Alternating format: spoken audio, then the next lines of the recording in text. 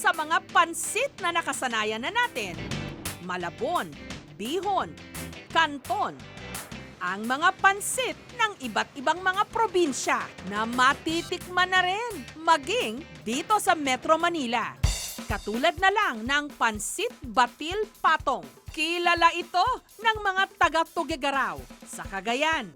Ang batil patol hango sa salitang Espanyol. Ang batil, ibig sabihin, whisk o binate. At ang patol naman, ibig sabihin, ipinatong. Meron itong kaunting sabaw at ang karne, cara beef o karne ng kalabaw. Mabigat sa tiyan, kaya parang complete meal na. Isa sa mga nangahas na ipatikim ang sarap nito sa kamay nilaan, si Aling Luisita, tubong Tuguegarao. 5 taon pa lang daw dito sa Maynila si Aling Luisita nung hinahanap-hanap na niya ang lasa ng pansit ng kanilang probinsya. Kaya naisipan niyang magtayo ng maliit na pansitan dito sa Quezon City. Kasi marami kasi mga taga-Cagayan nandito sa Manila, mga estudyante. Kasi pagka umuwi sila ng Tuguegarao, yan ang inaano nila yung pansit, dinadayo nila. Para authentic ang lasa, ang Miki na kanyang ginagamit, inaangkat pa raw niya sa Tuguegarao mismo. Kasi iba kasi yung Miki ng Manila dun sa Tuguegarao, hindi siya makina, masa ang pagkagawa. Sa paghahanda nito, naggisa ng bawang at sibuyas, inilagay ang giniling na karne ng kalabaw, naggisa ng atay ng baboy. Para naman sa sabaw, nagpakulo ng beef broth, nilagyan ng binating itlog. Pagkakulo, inilubog dito ang Miki mula sa Tuguegarao. Sunod na tinimplahan,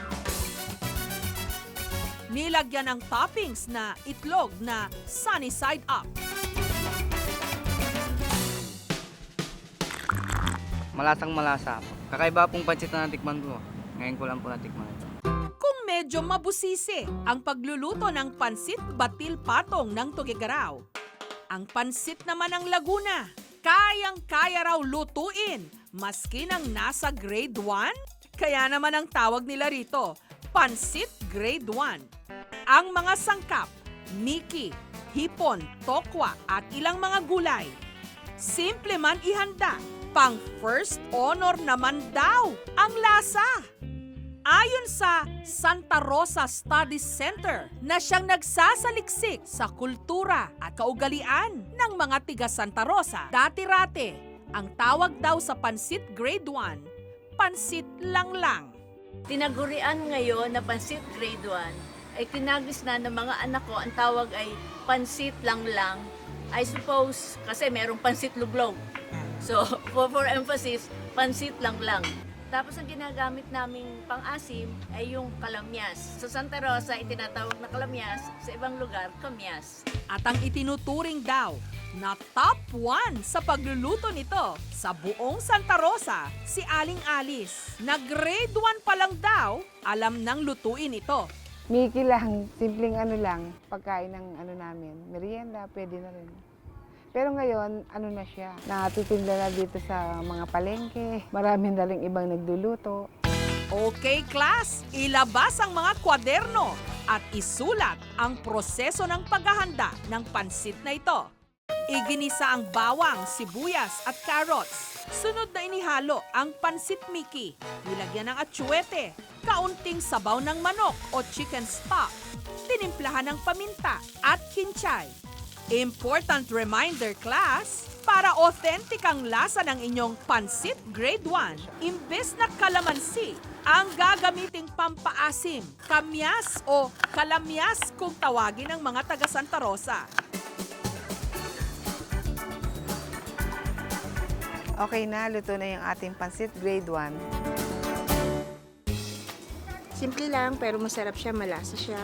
Naglalasa yung sibuyas, kalamyas at saka yung hipon. Impluwensya raw ng mga Chino ang pagkain ng pansit.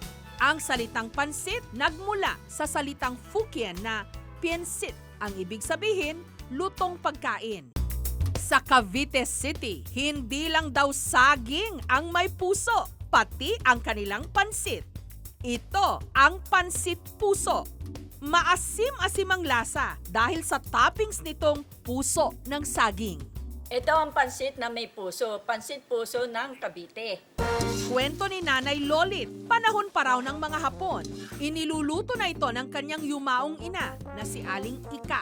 Ang pakaalam ko, sariling katha niya yan eh.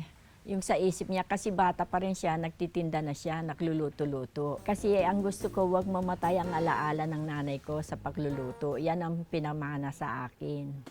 Ginayat sa maliliit na strips ang puso ng saging. Pinakuluan sa sukang puti. Naggisa ng bawang, sibuyas, nilagyan ng laman ng manok, hipon, fish balls. Tapos ang gulay, sayote at beans. Sunod na tinimplahan ng kaunting paminta at atsuete. Isusunod natin ang pangalawang sahok na gulay. At titimplahan natin ng konting asin. Inihalo ang bihon. Pagkaluto, inilagay na ang toppings na puso ng saging. Masarap siya. Tapos yung sa chicharon, mas nagbigay siya ng lasa. Dumako naman tayo sa probinsya ng Quezon. Sikat sa kanilang pansit habhab at pansit buko.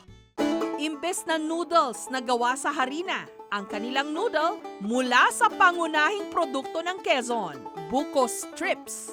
Pagbabalik ka sa istorya ng aming probinsya, ay talagang ito ay bayan ng mga hasendero ng niyog. Nung panahon ng World War II, may mga scarcity tayo ng pagkain. So kung wala silang noodles, walang bigas, pwedeng lutuin ang coconut. May sarili na kaming version ng pansit bukos. Pinasarap namin, nilagyan namin ng sahog. Usually kasi di ba ang Quezon is more on kilala siya sa mga seafood.